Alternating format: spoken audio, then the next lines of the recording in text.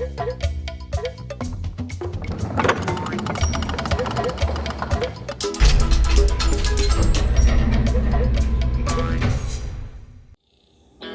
wants to know, if your pets could speak, what would they say about you? Why are you so hairy? Madison feeds me aphids. I love.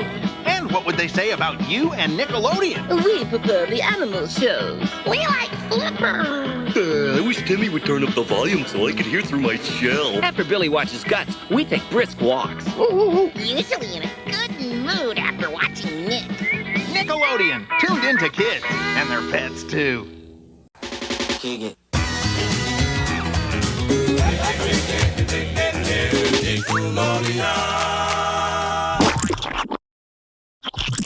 Welcome to Splat Attack, a 90s podcast overflowing into the slime-filled past. I'm your freak on a leash, Brett. And I'm your karma iguana, Alex. And Brett, Yes. what brings Alex. us to the pet shop today? Well, I've been meaning to take a break from podcasting to find some work-life balance. Since I spend too much time on the computer, as we all know, I wanted to do more things that take me beyond the screen so I can appreciate life again. Plus, I love animals, so this seems like the right place to be now. I beg to differ. Shouldn't you be outside in a park or at a museum or something? Oh, I was. Turns out I got bored real quick trying to make friends with strangers glued to their phones, in the real world. And then it hit me. Who likes to be by my side all the time, no matter where I go? No, it's not my wife. It's actually my lovable companion, Nickelodeon. Say hi, Nickelodeon. Hi, everybody. Nickelodeon. Hi, everybody. Am I on a podcast right now? That's okay, Nika. I won't put too much pressure on you. I'm just happy to spend quality time with my pet over there. He's just lounging about doing what he does best, and we're here to celebrate our favorite pet, Nick pets, today, and he's certainly my favorite pet as well as my wife's. Well, I'm sure your wife is rolling her eyes at you right now, just as you're watching this episode along with her. Yeah. Well, it's okay. She's had plenty of times to be on the podcast. Other than the Snick episode we did with Sam Reacts, this is Nika's second time, so I want to give him more of a chance to get comfortable on Splat Attack. Real comfortable. Speaking of which, I want to give a shout out to my wife, Monica, for suggesting this episode topic way back in season 3 when we were working on the schedule for season 4. So thank you, Monica. I appreciate doing this, and we're going to have a lot of fun here today. Well, thank you, Monica. We appreciate the input. Well, Brett, this one is losing her little mind, so let's get started before the deafening sounds of parrot squawks, fish tank bubbling, and puppy yips make me lose my hearing. Come on, Olivia. Yep. Yeah, let's not waste any more time. So for my first pick for favorite Nick pets, I'm going to choose a popular pick, and it's no surprise that I love dogs very much. I grew up loving dogs ever since I was a young child. We always had dogs in my family. Some cats too, but I always gravitated more towards dogs, playing outside with them, feeding them, going on hikes with them, stuff like that. And so I picked this one because when I see them on TV, I just really love how this character embodies the spirit of a dog. He's always excited. He's always happy.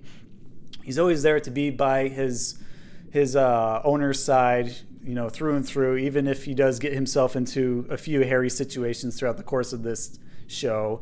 But he just has a lot of love to give, including a couple of ticks who have their own spin-off episodes on the show. Of course, I'm talking about Spunky from Rocko's Modern Life. And why I love him is because, he's cute, he's dopey, he's Rocko's companion through and through. And he even gets a few episodes dedicated to him, such as Dirty Dog and Clean Lovin', when he has to take a bath or he falls in love with a mop and he doesn't know how to handle the romance. And I just love seeing him on screen. He always puts a smile on my face, even if he just walks across the scene in the living room doing his little, his typical barking and his quick little tail wagging. And one episode I particularly love his performance is Camera Shy, which we'll be covering on Patreon later this season. Well, I'm actually going to go in a bit of reverse from my list. I'm going to start at the bottom of my list and work my way up. So one of my picks is the character of Tasha.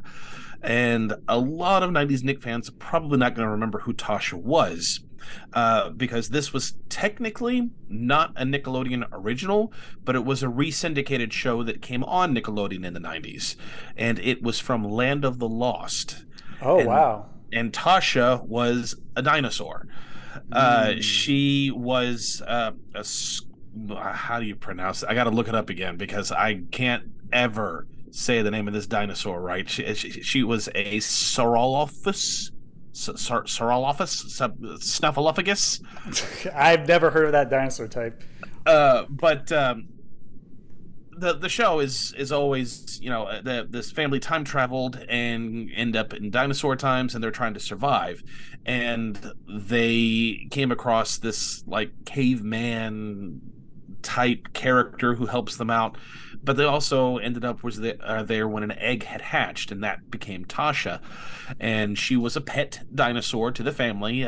She's like a small child, the size of a small child, and she is the only dinosaur who can accurately express what she is thinking, how she's feeling, has a really good understanding of what human interactions and emotions are, and unlike most dinosaurs, has really, really good mobility with her hands, so she can manipulate things really well. She's a really cool character, and the only dinosaur who can really talk to them, and well, not talk, but although she does for one episode because she gets that ability, but it's just a cool character, and who wouldn't want a pet dinosaur? It's pretty awesome. Yeah, that's like every 90s kid's fantasy growing up, is to like have one to ride around or like eat their enemies, or just stomp around, or blame not doing their homework on them. It's just one of those dreams that everyone shares in the collective unconscious. It's great. I haven't even seen Land of the Lost in a long time, since I was a kid.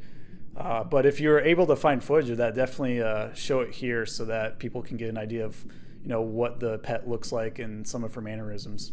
Oh yeah, definitely got some footage for you.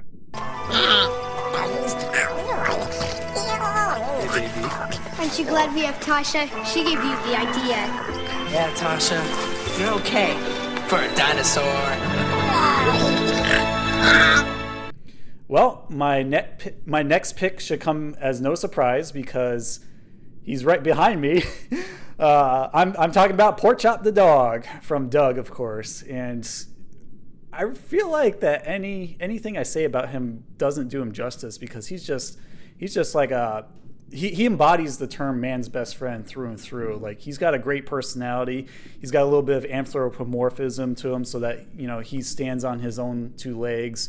He does a lot of crazy things similar to Courage the Cowardly Dog on Cartoon Network, where he's capable of opposable thumbs and picking up things and getting into hairy situations and all that stuff.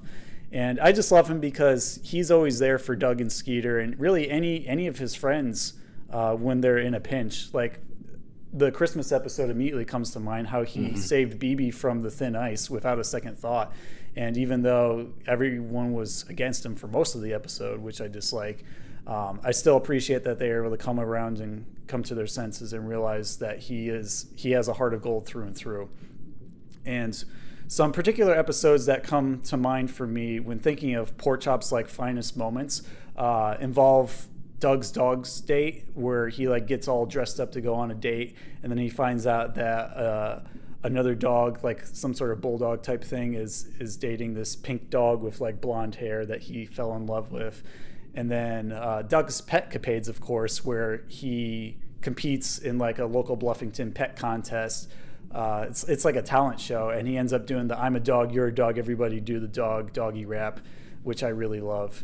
And then Doug's secret song as well, because he accompanies Doug in the booth when he's like playing banjo and royally screwing up the lyrics of his song. And he ends up doing like a Mission Impossible thing where he goes up into BB's bedroom during her slumber party to try and switch the tapes, and then ends up busting out the maracas and the like Ricky Ricardo Babalu kind of outfit where he's just doing limbo while Doug and Skeeter are trying to find him and get the tape back. So I mean, this dog is full of personality, and he's a fan favorite among many 90s Nickelodeon kids. So it's no surprise to find him on my list, because I'm also a big Doug fan.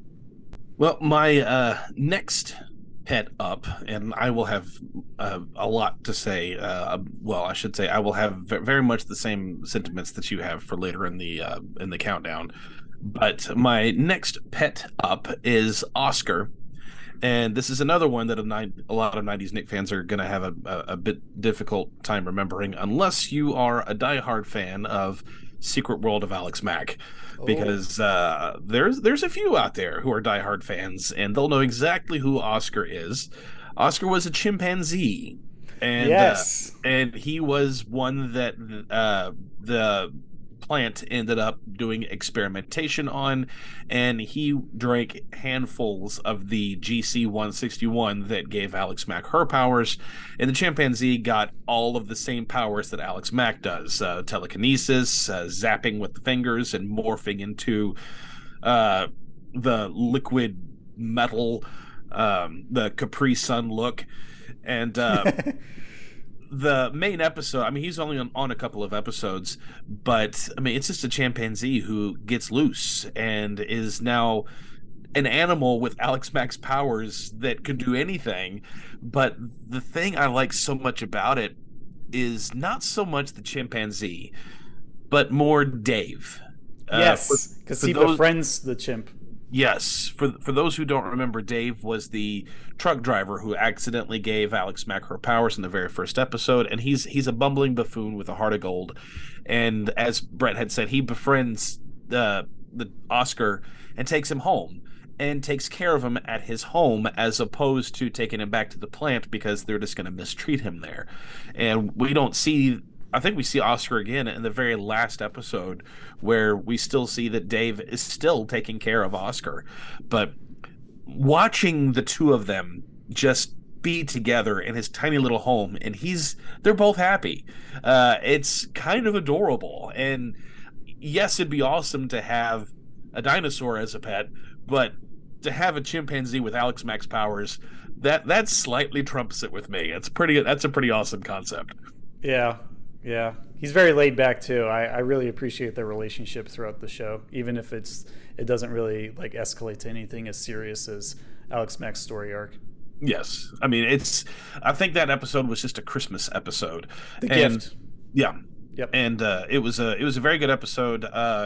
Cassandra actually had talked about it at length for our favorite holidays episode, but it's a good episode. And the last episode is also a very touching one. So if you're an Alex Mack fan and you haven't seen the show in a long time, go check those two episodes out. They're really good. Yeah, I'm glad we were able to mention that show again on our podcast, because we usually don't get a chance to talk about it much, at least until we can do some episode reviews or an anniversary for it. Yeah. We'll get around to it, Alex Mack fans. Don't worry. Indeed. So for my third pick, this is going to be a little bit unconventional, yet totally predictable, because I feel like there's a pattern emerging here with my 5 picks, where they're of the canine variety, and I say variety with quotes. So everyone knows how I love to work it Are You Afraid of the Dark into the podcast into some way, shape, or form every episode, or at least almost every episode. And I found a clever way to integrate it into this one a couple of times.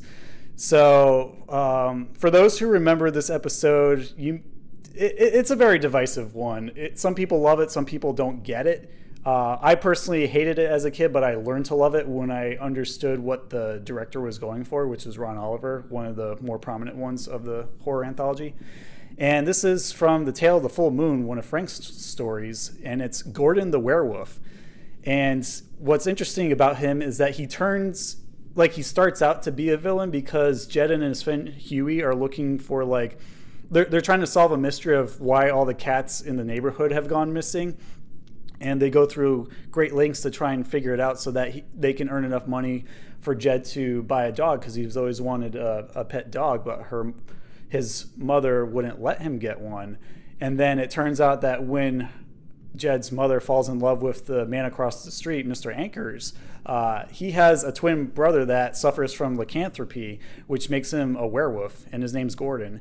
And so after they have that kind of confrontation in Gordon's bedroom, which looks like a prison cell with a couple of adornments to it, including some chicken wire on the window, they end up getting together, like Jed's mom and Mr. Ankers, and it turns out Jed gets Gordon as a pet. So in a way, he got what he wanted, just in a more unconventional way. And I really love how they just become best friends at the end, even if it isn't like directly shown through the camera.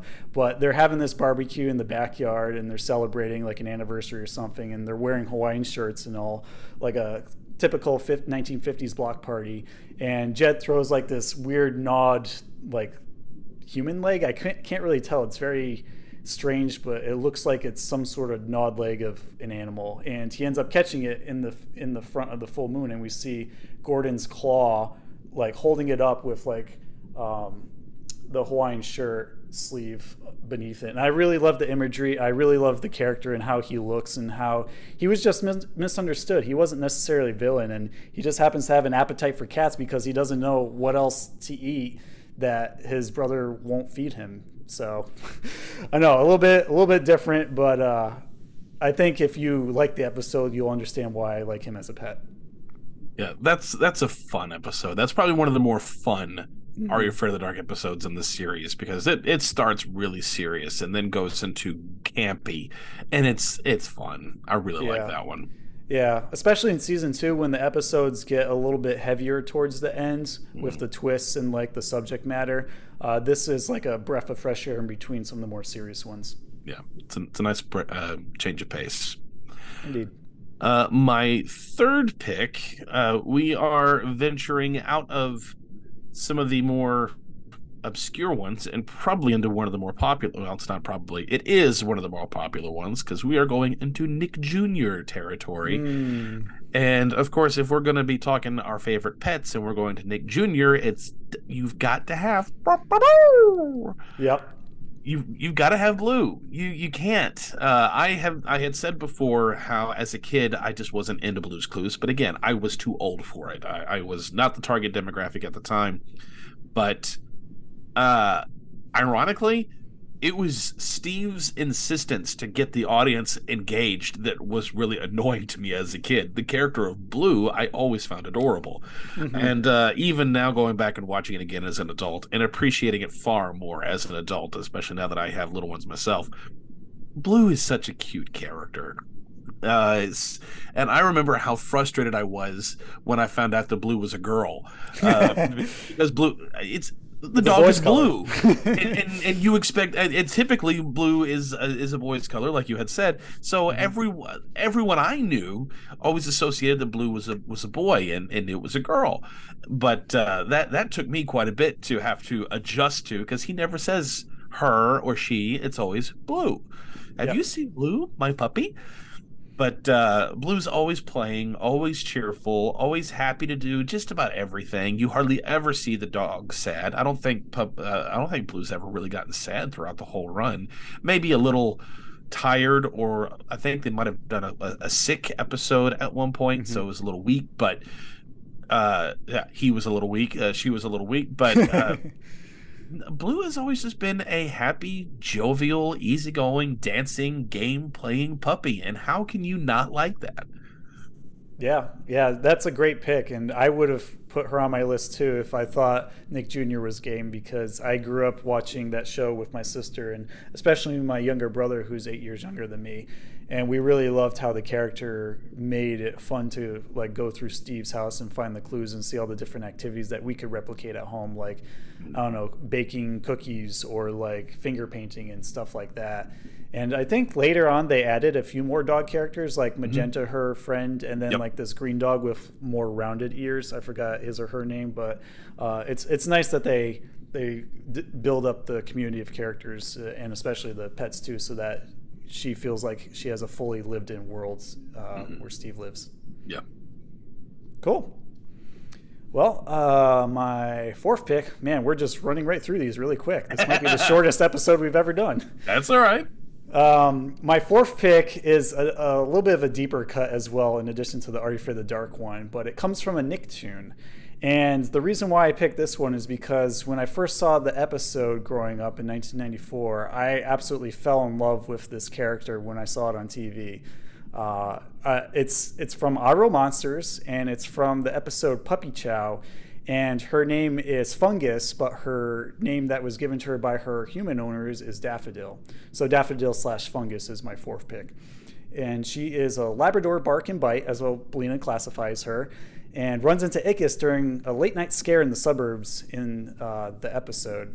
And upon escaping back to the Monster Academy in the dump, the puppy ends up following Ickis there, and he and Crumb and Obelina can't really get rid of her. She just keeps following him and like wants to play and like, really, really cute.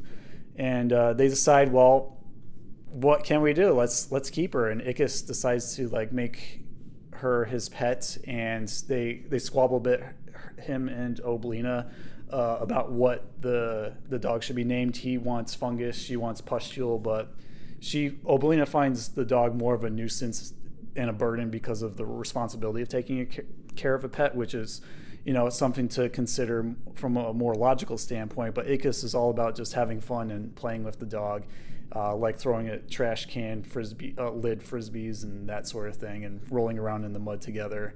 And it's funny how the dog interacts with other monsters at the Monster Academy, particularly the Gromble, because I think his shoes get eaten up at one point, and we hear a loud resonating yell throughout the entire dump, and it's like, okay, I guess that's the point where Ickis has to return the dog, because he clearly can't handle the responsibility of keeping a human dog, even though he loves her very much. So at the end, he brings her back to her house where the episode started, and they have a very heartfelt goodbye. I teared up a little bit when I saw it because I could feel for the dog and their bond together, and I relate a lot to Ickis as a character in the show. So it was very sweet. It's a cute dog, and of course they have the special Ickis and Fungus song that Crumb sings while they're having a montage of playing around, which we can put a clip of right here. It's very adorable. Ickis and Fungus, he's not a virus. Don't call him pustule. Fungus and Ickis barks 'cause he likes us. Yeah, that's all I have to say about that one. Alex, what was your fourth pet pick? My fourth pet pick, or going in reverse, my number two pet pick is Spike from Rugrats. Much like Brett, most of my picks are dogs, and although I don't have a dog here, all I have are two cats.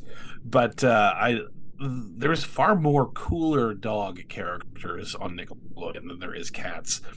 Spike is, I love Spike. He's a cool dog. I mean, he's lazy, but when it comes time to help take care of the Rugrats, he's there.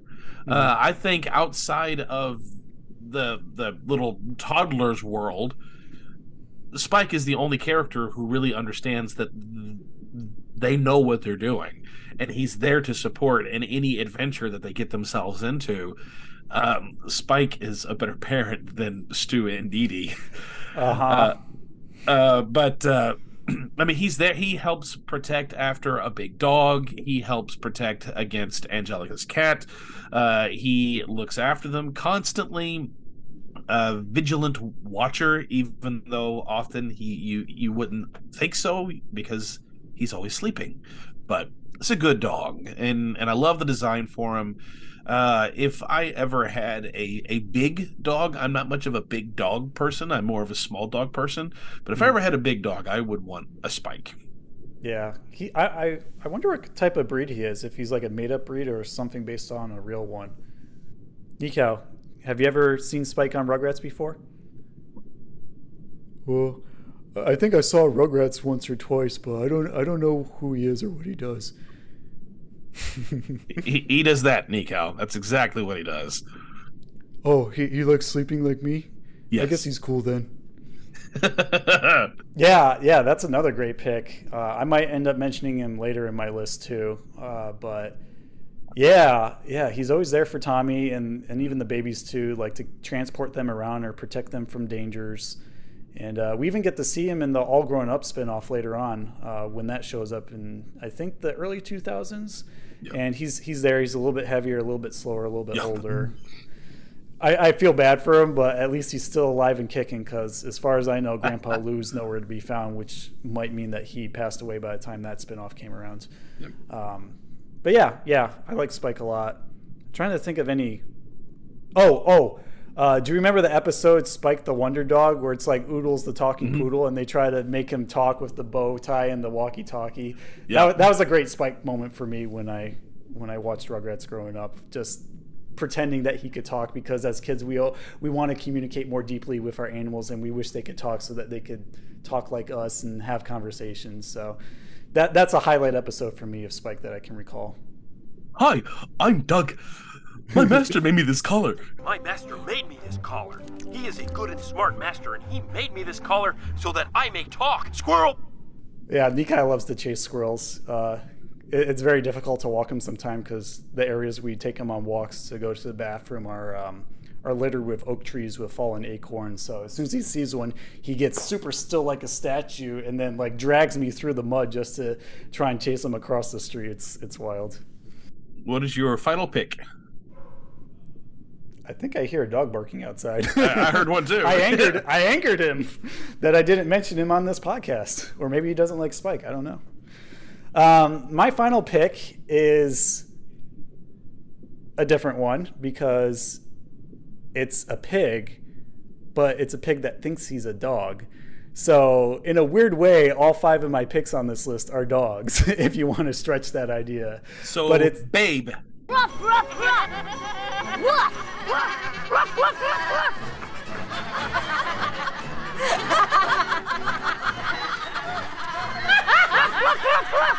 No.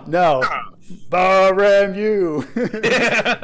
Rest in peace, Kristen Cavanaugh. She voiced Babe. Yeah. That was a good film. But nope, not Babe. It's actually Abner, the potbelly pig from Hey Arnold. And the reason why I love him is that he has a very similar cheerful personality to Spunky, where he's always there for Arnold. He's a little bit on the dopey side, and he doesn't always understand Arnold's commands. Like one time, I think Arnold either had him sniff a collar or like a lock of Helga's hair to see if he could find something. Maybe it was his hat. It's one of the season 1 episodes of Hey Arnold. And then he runs out, and then he later comes back and Arnold's disappointed because all Abner found was a bunch of mushrooms that he just dumps onto the floor in the boarding house. So he's well intentioned, but he's not the most competent dog/pig out there. Just a little bit of background about Abner is that he was given to Arnold's parents, who's named Miles and Stella, as we find out in the journal and the Jungle movie, as a wedding gift from the Green-Eyed People. And he often greets Arnold in the boarding house when he comes home after a long day. So whenever he opens the door and all those pets rush out in the beginning of those episodes, you usually see him hidden somewhere in that mob of animals, kind of like Where's Waldo. You can usually spot him. Abner did end up appearing in 18 episodes across the series' 100-episode run, and also the 90s and 2017 Jungle movie. And I would recommend watching the season 1 episode Abner Come Home to see Abner in his most positive light possible, because he goes missing and Arnold is really distraught over finding him, and he ends up showing up in the end. And the way he jumps into Arnold's, the way he pounces him and knocks him to the ground after narrowly avoiding being cut up by a butcher when Abner's roaming the Sydney, it's very sweet. It's definitely a awe moment. Awe, real monsters moment. Not not to be. Do you confused. know how many people do that?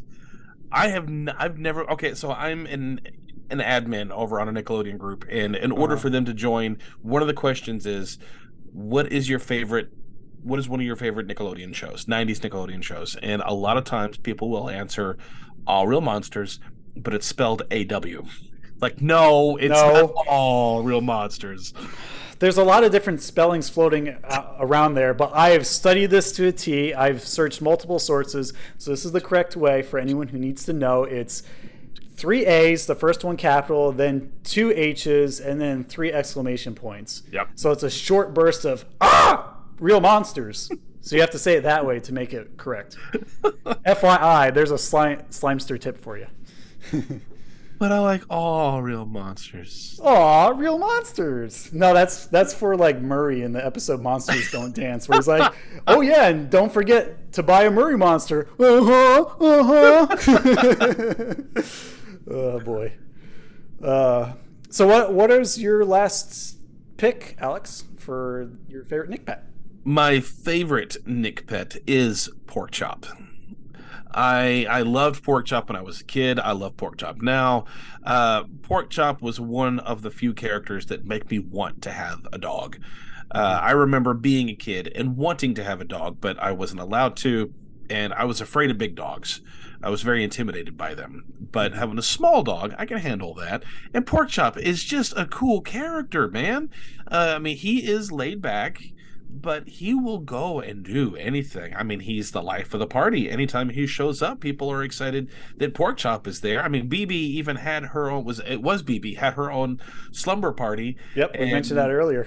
and he had to, he ended up crashing it, and they were all cheering him on. Hello, can you go, BB? Hello, can you go? You wouldn't believe me if I told you. But anytime he shows up, everyone's just happy to be around him. And like Brett had said, the Christmas episode and how he stood up, that also is a standout for me. But how he's just willing to do anything. He'll play musical instruments. He grabs Doug's Walkman and goes around and listens to music, and often gives very, very good advice to Doug, just in expressions and sounds, and gets frustrated with Doug when he doesn't do it. But he's also very supportive of Doug. Whenever Doug is sad or upset, he's there, and it is the very embodiment of what we expect a dog to be whenever we're close to them. And it is the coolest dog character. I love Blue, I love Spike, but Pork Chop is hands down my absolute favorite Nick Pet. Yeah, I'd love to pick Jim Jenkins' brain about his inception of Pork Chop and how he decided to characterize him the way he did. Because he doesn't quite fit the mold of a dog in the realm of Bluffington, but I think he's all the better for it because he stands out as like an in-between dog-human character to be that connecting point. And I will say that he is the only animal to dress like James Bond in the entire the whole library of Nickelodeon characters. There was no turning back. Well, before we do our honorable mentions, let's cut to a commercial and take a break to restock our dog food and pet feed so that none of our favorite Nick Pets go hungry.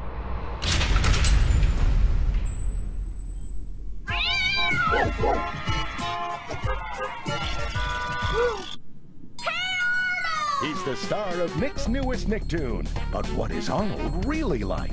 His friends say, Arnold, you're bold. He's bold. Arnold, you're a pal. A bold pal. Arnold, I can't believe how handsome you're getting. A bold pal who's handsome. Arnold, what a boob. A bold pal handsome boob.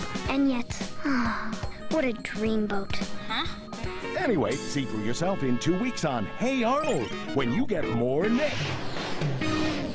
Gagoids, take heed. We are venturing into other dimensions as we gaze into the Super Specs for our latest Patreon exclusive. The Tale of the Super Specs is a landmark episode for Are You Afraid of the Dark, and we are giving our official episode review of it. But to do this, we must have some others around the campfire to keep us company. We are joined by Cortland from Up All Night Podcast, Amethyst from our Stickly Patreon exclusive episode, and Sardo himself, Richard Dumont, returns to the Slime Tank for this special review. Join us on Patreon. Go to patreon.com/splatattack to gain access to bonus episodes, early access live streams, and more. Also, if you enjoy our content, please hit the like button, subscribe, and hit that notification bell. If you are a listener using podcast apps, please leave us a review where possible. We love this community of nostalgic content creators that is continuing to grow, and these simple actions on your part will continue to help that growth. Put on your super specs, and we'll see you at the Magic Mansion. Boom, ba-doom, boom, boom, boom, boom, boom. Boom, boom, boom, boom, boom, boom, boom, boom, boom, boom, boom, blink, blink, blink.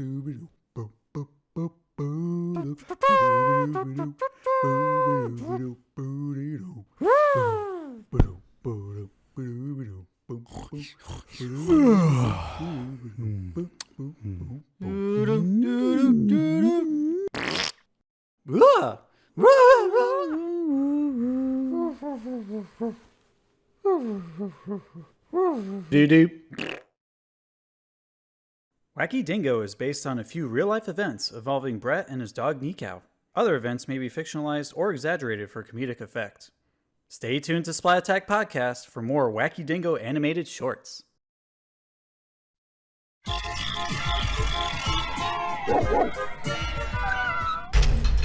Alrighty, we're back from our break. We fed our animals, and they're much more quiet and more calm now, so that we can continue talking about our honorable mentions, dishonorable mentions, and some picks from our slimesters out there. Before we move on, Nickelodeon, do you have anything to add since you've been relatively quiet for the episode? Nickelodeon? Nickelodeon, you there? Nickelodeon? Don't bother me, Dad. I'm tired. Got a long day tomorrow. Nickelodeon? He's usually more responsive. Well, not now. This is what happens when we record at night.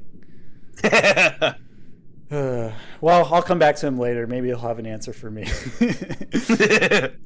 Well, I guess we'll move on with our honorable mentions then, while our pets take 5, and we'll come back to them for their thoughts on Nickelodeon pets. So my first honorable mention is going to be a popular pick because it's an unconventional pet, and this goes with a very unconventional character of Nickelodeon because she was very much a trendsetter in the early 90s. And of course, I'm talking about Elvis the alligator from Clarissa Explains It All. While Elvis didn't stick around the Darling residence past season 1 due to Mitchell Kriegman affirming his cutaway footage as quote-unquote boring, he's still a fun pet for a fun girl that dared to be different back then when, you know, she was kind of part of the counterculture that Bart Simpson was also pushing forward. Many fans wonder where Elvis exactly ended up today, and I actually found out a blog post on Bustle titled "What Happened to Elvis the Alligator," which we'll show a screenshot of right here, which postulates his whereabouts in Hollywood. His time was very short, but his presence was still appreciated by many Clarissa/Alligator fans. Side note, on Big Orange Couch 165th episode, Write-In Episode Summer, which is an episode that I guest starred on along with their guest Bob, he wrote a story called Elvis Has Left the Building, which explains why Elvis went missing between season 1 and season 2. So if you're curious and want to like spark your imagination with a possible theory, definitely check that episode out on their podcast. Also, side note, I think in 2021, summer of 2021, when I turned 32, I had alligator for the first time at a restaurant, and it was very tough and spongy, but it had an amazing dipping sauce, so I managed to power through it. For all I know, that could have been Elvis. And if I recall correctly, in the Slimed book by Matt Klickstein, I think that was his name again, but I think it was also asked what happened to Elvis, and while Mitchell Kriegman did say that the footage was boring, I think they had also said that the alligator went through a huge growth spurt between the two seasons, and then it definitely became much more of a safety hazard to have him in Clarissa's room. Yeah. It'd be like na na na na na, and her hands just like sticking out of his gaping mouth as he's swallowing her whole. From still in his like little kiddie pool, but he's clearly overhanging it. Yeah, no, I could totally understand that. I'm not too familiar with how fast or how big alligators grow within the span of a year or two, but chances are it was big enough that it became a problem. So yeah, makes sense. What's your first honorable mention, Alex?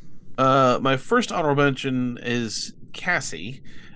Cassie is the dog on Hey Dude. Yes. Most people forget about Hey Dude, but oftentimes Buddy through the first season, maybe the first 2 seasons. I think it's just season 1 though, that they had Buddy who was had his dog Cassie. I mean, even in the opening credits, when you see the character Buddy, he's got his dog Cassie. Yep. But Cassie, it's much like Elvis, the dog's there, and that's about it. They don't really do anything with Cassie. I would imagine it would also be problematic to go all the way up to the ranch where they were filming with that dog, and it was hot, and the dog probably didn't want to do anything. So I think that they just ended up cutting because they didn't know what to do with the dog. So they just got rid of the dog. Never said he died or anything, or she died. I forgot if it was a boy or a girl. I'm assuming a girl since the name's Cassie. Yeah. But it's a cute dog, and just the fact that I wanted to bring attention to the character, since it's often a forgotten thing, and just shed a little light on the hey, there's a pet in this episode. Remember this one? Exactly. Yeah. I think she's a golden retriever, if I remember correctly. Like, she had a very blonde furred look. I don't remember too much about her other than Buddy would occasionally talk to her when he was trying to figure things out. Like, there might have been there's a few situations where he had to solve something on his own while the rest of the Bar None kids were just with Mr. Ernst or out and about. So, yeah, not too memorable, but she was there. Yeah. Worth mentioning her. Yeah, just a simple mention. Yep. My second honorable mention is going to be Spike from Rugrats. And we talked about him at length before, so I won't retread too much water. I particularly love Spike's character, very relaxed, very easygoing, gets along with Tommy and the baby's great, which I love, that sense of camaraderie there.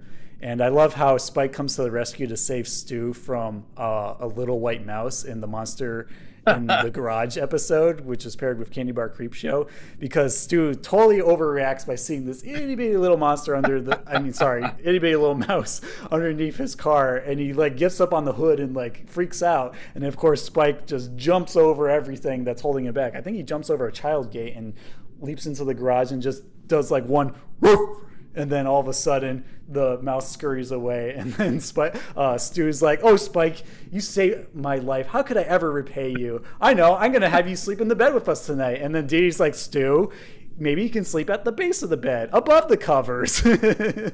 It's great. Like, I love him as a dog. I wish he was real. Also saves Tommy from that big monster dog at Barbecue Story, which you had mentioned before. And he's really handy for transportation too, whether the babies ride on him or need to pull a wagon. So he's a utility dog. My next honorable mention could technically not be a pet, but in a way I kind of think he is. Yeah. But I've included Swift from David the Gnome. I almost added Swift in my main list because Swift is a cool character. He is always there. He's the honorable companion for David and wanting to get him from place to place. I think at one point he even got hurt and David helped him out. But the fact that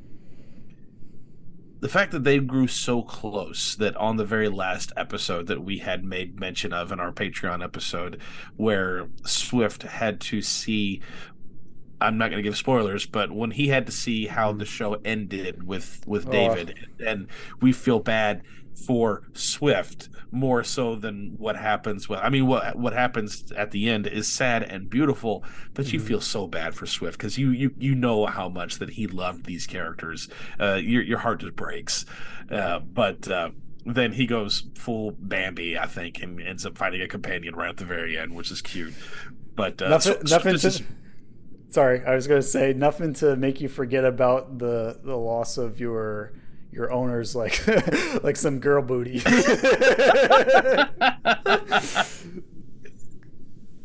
The other 3 honorable mentions that I have, and I'll fly through them real quick. One of them is Schnitzel, and Schnitzel is the parrot on Wienerville. I do say that Schnitzel is a pet because he is in a bird cage, and it's one of those Mark Wiener puppets. It's a fun, goofy character with the stereotypical parrot sound. It's just, I don't have a whole lot to say. It's just a fun character. Watch Wienerville; they're fun. You can find them on YouTube. It's a cool character, and the other 2. They're hand in hand, Garfield and Heathcliff. Sometimes the ones you love the most, the ones closest to you, There you are, my little Garfield. will eat you out of house and home. All right. Watch Garfield and Friends every weekday at 4:30, 3:30 Central on Nickelodeon. The vote is in. The official cat of Nickelodeon is Heathcliff. That is disgusting. For refusing to take a bath. For single-handedly trashing a restaurant. Just doing my job. For being more annoying to grown-ups than a painful itch, Nickelodeon awards you its highest honor. It pays to live a good life. It's unanimous. Suffer and succotash. Well, almost. Heathcliff is the official cat of Nickelodeon. Much like the Land of the Lost, Tasha, and David the Gnome, they're not Nickelodeon original content, but they both did re-air on Nickelodeon. Heathcliff was mostly in the late 80s. Garfield, I think, was late 90s. Both orange, both sarcastic, both pretty tough. I mean, I would say Heathcliff is more street tough, and Garfield is more like really bossy house cat. But they're fun characters, and they still have a lot of people who really love both of these characters. There's even been quite a debate whenever I would share some of them on Instagram over which character was better, a Heathcliff or Garfield. So that's, maybe we should reopen that debate and settle the score. Then we might have to do a versus battle between the two sometime. I mean, we could. I'm not opposed to just doing versus or character battles. Like that'd be a fun format for us to do in the future. But we would have to find some aficionados of both shows, because that'd be a lot of viewing for both you and I. But and from what I remember, or what I had heard, the DVD sets of Garfield and Friends is not. They edited a lot for it, even the main format of it and stuff like that. It's not at all like the original run. So. If anyone knows where you can find just original cuts, even if it's online somewhere, let us know.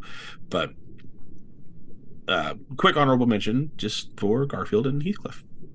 Pretty good picks, like a few obscure ones and a few ones that I hadn't thought about since my early childhood, because I did used to watch Heathcliff a lot, not knowing it was on Nickelodeon. I just remember the Orange Cat and getting some of the comic books and singing the Heathcliff, that theme song.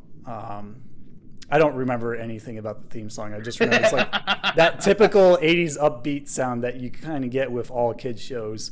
Like, hey, everything's a sunny day and it's going to be awesome. That sort of thing. Speaking of 80s, I do want to squeeze in a quick honorable mention here because it popped into my head. I want to mention Dr. Claw's cat from Inspector Gadget. He looks, mainly just because he looks really fluffy and he goes great with a metal gauntlet and a deep booming voice. He reminds me of like one of the gray fluffy cats who's like part of the cat gang in the junkyard of Heathcliff. And also like Cheshire Cat with the big grin that he has on his face. And yes, I really don't have much to go on because I don't remember most Inspector Gadget episodes other than I'll get you next time, Gadget. Next time. which is full on straight ripoff of homage to Blofeld and the White Cat from 007. Yep. If you want to hear more about that, go check our B3 episode on Patreon, which we did last year. Love that one. I agree. So moving on to dishonorable mentions, I got a few bones to pick with these pets because I couldn't keep the list short enough. They're like, the more I dug into the pet shop of 90s Nickelodeon, the more I was like, oh man, all these pets suck. I had to keep some off of here. So I will do my best to get through it quickly and as painlessly as possible for anyone who may disagree with my picks.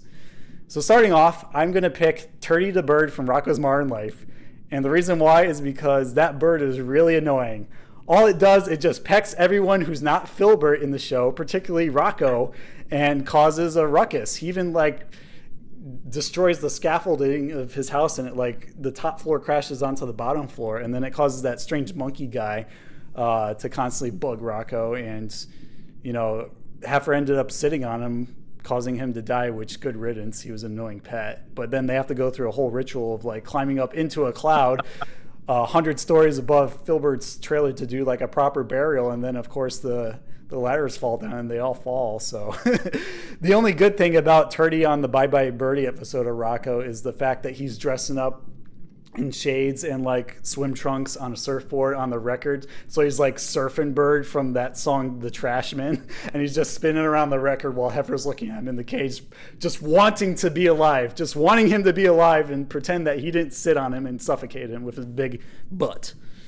Well, my first dishonorable mention is Stinky from Doug, which is Roger's cat, which I thought was a very good foil, to be honest, for Porkchop, because everyone loves Porkchop. Nobody likes Stinky, which is appropriate because nobody likes Roger. Exactly. But it's fitting that the only two that either of them are going to love is each other, which I think is kind of cool. But Stinky's just a horrible character. The fact that Stinky is always going around being the pet embodiment of Roger, just making everyone miserable, even Porkchop. It's that I don't care for Roger, and you're not supposed to. I don't care for Stinky. You're not supposed to. It's another pet that turned out to be a she in the end after they went through that episode where Doug fed Stinky pizza and ice cream, and she turned out to be pregnant. Yeah. Yeah, that was Stinky's only good moment in the entire series, other than being on the Pet Capade stage, sitting there while Roger is rock and rolling around her in circles, and she was just Yeah. I did like when Roger was very, very confused as to how she had kittens. Well, that's a talk he had with his mother in the other room to find out where babies come from. I did like how Porkchop was playing with the little kittens on his feet and bouncing them up. That was adorable. And further reinforces that Porkchop is the better pet of the two. Yep. Stinky's nowhere to be found while her babies are sitting out there in the waiting room. Moving on with my second dishonorable mention. This is a very weird one that I barely remember it, but I remember the imagery and the premise of the episode, and it just makes me hate it. So for anyone who likes Ren and Stimpy out there, I'm sorry, but if you don't know this episode, then I'm not sorry. It's Stimpy's Pet Clown. I don't think it had a name, but I remember the clown was secretly a gangster, and it was creating a lot of trouble, and Ren didn't like the clown, and I really don't have anything good to say about the pet or the episode because it was a very weird relationship. If Ren and Stimpy were considered pets, actually Stimpy was considered a pet in the Mouse Who Cried Rat, or one of those season 1 or 2 episodes. That would be a more fitting case in Ren and Stimpy where a character is likable as a pet. But this is just totally out of left field, and I didn't like how it was had an alternate personality, and don't watch the episode. It's not worth it. My second dishonorable mention, I'm actually going to save for last because this is also on Brett's list, so we can talk about this one together. So I'm going to skip forward and be the complete opposite of Brett's. I don't care for Spunky. I hate to say that. Brett, I think you hit mute on your microphone.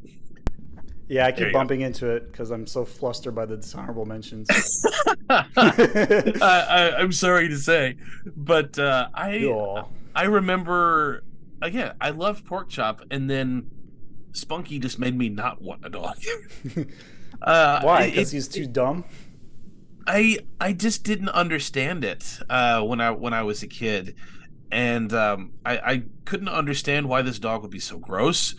He drools into a bowl and then laps it all up and then does it over and over. He eats absolutely everything. He's dumb as can be. How is this dog not dead?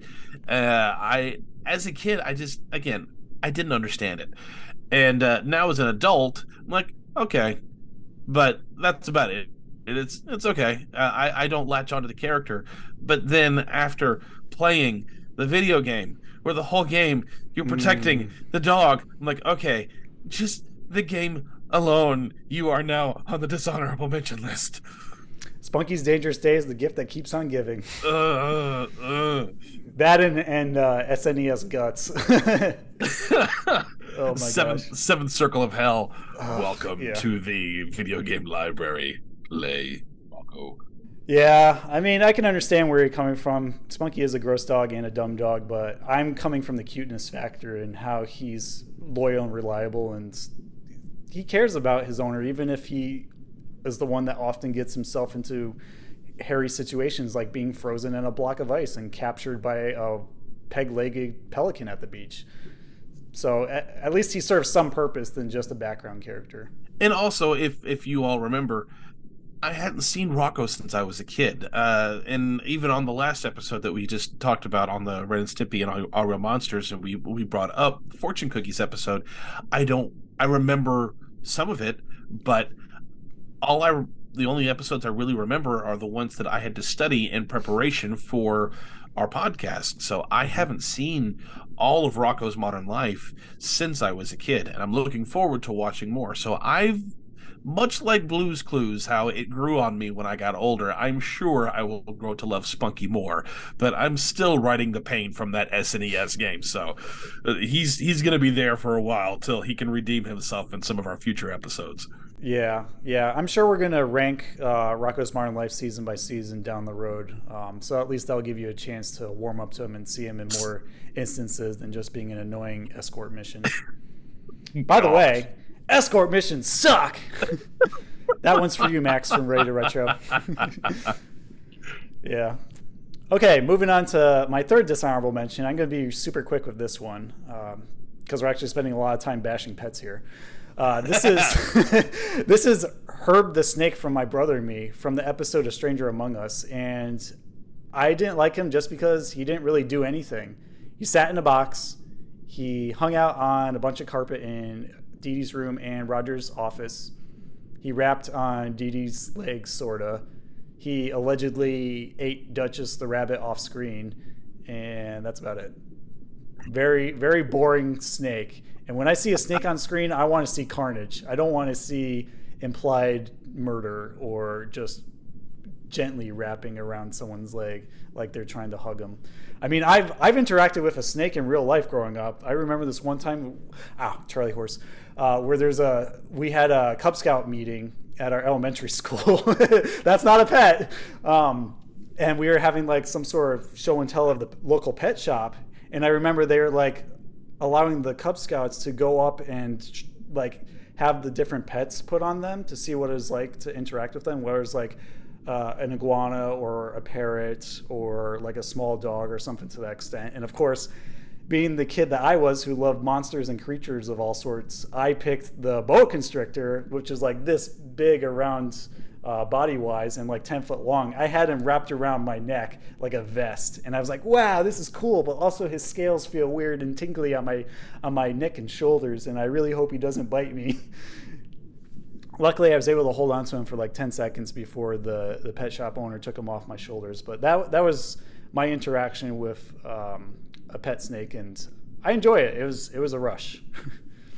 So speaking of dangerous animals, my last one, outside of the one that you and I are going to talk about together, and it can be said that this is more a weapon, but I will argue the fact that this was also a pet because Dr. Culex loves mosquitoes. Too much. Yeah, so I am also counting Dr. Culex's mosquitoes as a pet. And there is nothing redeeming about these mosquitoes. If you have listened to our Culex experiment episode, you'll understand why that these things are not to be trifled with. But outside of story-wise how dangerous they are, to see how they're actually displayed on screen is quite laughable. It's not a good effect. I think the effects on Animorphs was more convincing than these mosquitoes were. Or even the morphing effect of the first Dad's Dumpster episode of Power Rangers, where all the Rangers morph into their ancient animal. Yeah, so it's not the season is a lot of fun, and I love the story of the mosquitoes. But you're not supposed to like these mosquitoes, and you don't, and the effect did not help. Well, I got 2 more dishonorable mentions, so I'll talk about this next one, and then we can, spar with this last one, depending on how we feel. I got another Are You Afraid of the Dark mention. Surprise, surprise. And I hinted I hinted on it briefly when I talked about Gordon the Werewolf, but this one I definitely don't like because of how evil they are at their core. And I'm talking about the Chameleons from the season 5 episode of the same title with Tia and Tamara Mowry, because from the beginning in the pet shop, they have an agenda just to take over the human race by biting their owners with the whole bite you once, bite you twice, a little water, pay the price incantation. And they essentially copy the person that they're biting. It's like they're sampling their DNA, and then they grow into the person that is their victim. And then they're just like constantly trying to find ways to murder the person. In this case, with the evil twin, like constantly getting the knife, or like turning the victim, who's now an iguana / chameleon, throwing them in the garbage disposal in the sink. I mean, that's brutal. And then in the end, when their friend picks the wrong character of the twins, turning them back into the chameleon with like the garden hose, the evil twin who remained behind throws the innocent one into the well, and it implies with the ending that she drowned to death, while this box of mail order iguanas, who are part of her brethren, are going to essentially form an army of chameleons that take over the human race by replicating them. Who knows if they're like related to the reptilians in the Tale of the Hatching, but I feel like there's something bigger going on here behind the scenes that is just not make them trustworthy or even worthy of having them in a terrarium in your house or pet shop. And so, of course, we have our last dishonorable mention, which is the most loathsome of them all, because I really, really don't like this character. It is Fluffy from Rugrats. Oh, poor Fluffy. I mean, the only thing that Fluffy's got going for her is fluffy fur, but everything else, ugh. Like, I especially hate her in the episode Fluffy versus Spike, where she literally frames Spike for everything bad that goes on around the house, where she's like knocking crap over and like, I hate this pet so much. It's just pet form of Angelica. What can I say? Like, take her away to the animal pounds. She doesn't deserve to be in here. And every time she's around Spike, she's like nasty, and Spike's just trying to be a lazy, comfortable dog like my Nicow over there. So don't cause trouble, damn it. So Angelica and Fluffy, or Roger and Stinky? I actually prefer Stinky a little bit more than Fluffy. Yes. Because at least Stinky has a personality. Stinky has babies. Stinky also dresses up in costumes occasionally, like for pet capades, and also has fellow cat buddies while they drink milk on the fence and meow. So Stinky's got a tiny bit of charm based on some of the Doug episodes I've seen. Fluffy, I hate her every single instance I see her on Rugrats. Everyone. I agree with you 100%. I have nothing new to add because you said everything I was going to say. I do not like her, Sam. I am. Yeah. You can edit this out, but I'm just going to get it off my chest. You, Fluffy. Go to Nicktoon hell.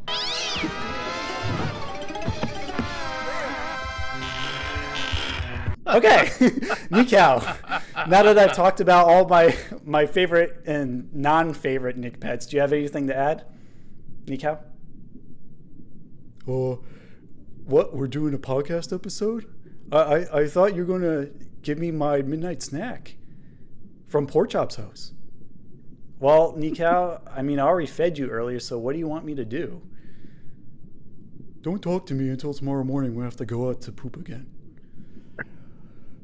Fine, Nikau, be that way. You know, I give you an opportunity to be a star on TV, on our podcast, and you just waste it by sleeping our episode away. That's fine. That's fine.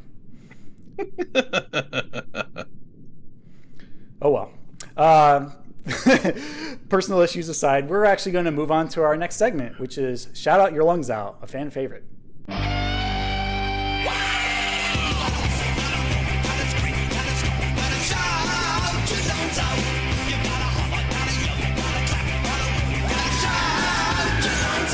So we polled Instagram and YouTube to see what our Slimesters had to say for their favorite Nick pets, because we all love to share some of our answers and just engage with all you Slimesters and Gackoids out there to continue further our bonds, strengthening our bonds with our community.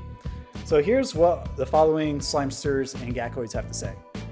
So our buddy Travis Kemp says he likes Pork Chop from Doug as his favorite Nick pet.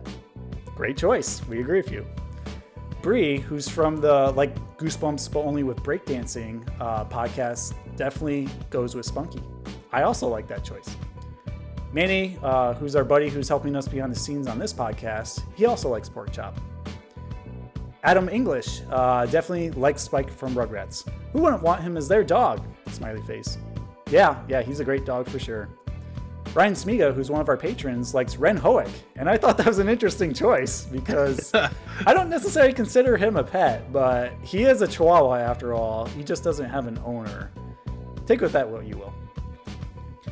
Cynthia Pruitt also goes with Pork Chop. There is no other option. So I guess Pork Chop so far is the alpha dog in all of our picks today. Our friend Ali Mander, who is on our recent P&P episode battle, also goes with Spunky. I love that he was just a normal pup and I wanted to snuggle him. I share the same sentiments, Ali. He is a very cute dog, even if he is disgusting and gets himself into trouble sometimes. Gimme the 90s says Darwin from the Wild Thornberries, which I didn't even think about because he's a talking chimp, so I don't necessarily consider him a pet. I actually consider Donnie more of a pet just because of the way he behaves. So take with that what you will. Mike Jehmsz, Jehmsz, goes with Gus, the sucky sock dog from Roundhouse. And I said, talk about a deep cut because I never even heard of that. And Alex, if you know something about that, feel free to elaborate for all of our listeners. So this was from the season 2 episode that was called Pets, and the Annie family got a new pet, and it was a dog. And of course, they're not going to have a real dog going around on the set. Instead, it was John Crane as any dad with literally a sock on his hand that they drew a face on, and he was just moving his fingers up and down, being the sock dog. And I think at one point they even had a fake dog house that he had it sit in. And it's pretty fun. I'll add a quick clip here just because it's Roundhouse and we love Roundhouse. I'm curious to see what this pet looks like now because I've never seen Gus the sucky sock dog before. I know you really wanted a dog, so I got you one. All right, Dad! Say hello to our new pal, Gus. What'd you expect on this show? A real dog? Hiya, boys and girls. I'm delighted to be here. Hey, Gus. Hey, fella. Hey! What is this? How dumb do you think we are? Well, I don't think we have time to get into that right now. Dad, that's not a real dog. It looks like some kind of sucky sock dog. That's right. It's a new breed, sucky sock. They've just been approved by the American Kennel Association. Moving on. Nostalgia Junkies podcast says September, the dog from the Offbeats, which I remember very well from Kablam and also the occasional Snick short. He's a fun dog. He's very intelligent. He actually speaks English, similar to like Doug from Up, Pixar's Up, that is. And he often conspires with August to help him solve his problems, whatever he's dealing with for the particular short. So I like his wit and his intellect and his deadpan demeanor. Good pick. Good pick. Yeah.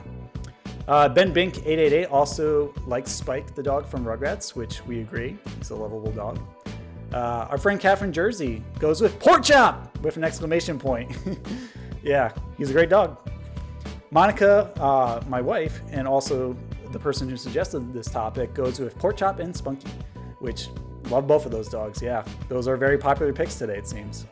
Marley Mook also goes with Pork Chop. There he is. He's enjoying all the praise he's getting while he's watching Splat Attack on YouTube. And then lastly, we have It's Scooby Dooby, who says Spunky. So mostly, sorry, I missed this one because it was wedged in between Gus the Sucky Sock Dog on my list. Nikki, who goes by Nicopotamus on Instagram, she picks Clarissa's Elvis. So yeah, go you for going with Clarissa's pet, because he's often overlooked as well. Those are all great picks, guys. I think we had like 6 people pick Pork Chop, 4 for Spunky, 2 for Spike, and 2 for Gus the Sucky Sock Dog. So those seem to be the most popular picks today. All right, well, we'll try one more time before we head out of the pet shop and, just make sure our pets rest peacefully tonight. Nikau, do you have any final thoughts on our favorite Nick Pets episode? Nikau, come here. Nikau, leave me alone, Brett. I'm tired. I'm not going to do this episode anymore. I warned you. Fine, Nikau, have it your way.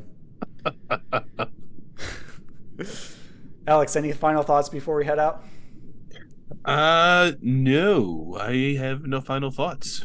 Any final thoughts from Olivia? They are empty. No, her final thought is, "Are you done yet? Because I want my food." Fair enough. Does she want to make another appearance on the episode? She bailed on me. She just went around the corner. She's like, "Nope, you're not getting me." I had to chase her down for the intro, and then she was like, you're not doing this." This was a fun idea in theory on paper, but I guess pets are less willing to be on camera than humans, so that's the moral of the story. All right, well, let's close up shop and head home. Slimesters. Here's our closing question. What 90s Nick pet are you dying to own? Write to us via email at splatattack2021@gmail.com or DM us on Instagram at splatattackpodcast. Be sure to subscribe to our YouTube channel at Splat Attack Podcast as well, or just interact with us wherever you find us on social media, whether it's Twitter, TikTok, Patreon, or Instagram. Maybe Facebook too, but I'm not active on there. Alex might be. I might, a little bit. Yeah. We're mainly active on YouTube, Instagram, and Patreon. So if you want to chat with us or talk 90s Nick, just head there. Also, we have a Patreon, in case you didn't know. We recently released our Cursed Skull Salute You Shorts episode review, which had 3 lovely guests talk about it with us. Andrew from BOC, our friend Justin, and our friend Dan from Vanilla Weiss and the Nostalgic Nerds podcast. I highly recommend you go check that out, whether it's the audio version or the video version. And our tiers are very affordable for the casual 90s Nick fan. So check it out, sign up, and interact with the Gackoids over there. We also have a bonfire page where we have some very cool mugs and t-shirts featuring our logos from various seasons, along with our Team Slimester and Team Gackoid shirts. We also, for a time, had some made-up Legends of the Hidden Temple shirts, like the one I'm wearing here. This is the Magenta Meerkats all the way back from episode 8, where we did the top 20 Hidden Temple runs. I figured I'd wear it because it's the only pet thing I have to wear. So those shirts are no longer up on our bonfire page, but honestly, if you guys have any ideas for shirts that you really want made, just let us know and we'll put it up there for you, whether it's like, a popular quote from Nickelodeon or just a character, so that you can show your support and Splat Attack pride. Alrighty. Thank you, Nikau and Olivia, for joining us today, even though you're kind of half present right now. She's here, but she's not here. We appreciate you pets taking the time to give us your attention while we talk about this topic, even though you have no idea what we're talking about. But we're still happy to have you here just for the companionship. Leave me alone, Dad. I don't want to be on Splat Attack ever again. Suit yourself, Nikau. Suit yourself. Tune in next time, Slimesters, when we get ready for baseball season with a double header of Hey Arnold, taking a swing at the episode battle format this time around. The two episodes that we are going to be battling against each other are different from when we had originally recorded this episode. We will be putting Field Trip against Pigeon Man with Julian Hester as our guest judge. We'll see you there. Until then, Alex, will you drain the slime tank for us, please? I've got to grab another sack of nitty-gritty kitty litter for Stimpy and Sven. Apparently they need some more private time in the other room along with Olivia and Nico. Aye, Co-Captain. Just don't whiz on the electric fence on your way there, and walk Nico while you're at it. He's tap dancing a bit more frantically than Ginger from Beetlejuice. Yeah, indeed. Maybe in his dreams. Splat you later, petsters. Come on, Nico. Let's go for a walk and take a poo-poo outside. Come on, Olivia. I'll get you dinner ready. See you later, guys. Reprise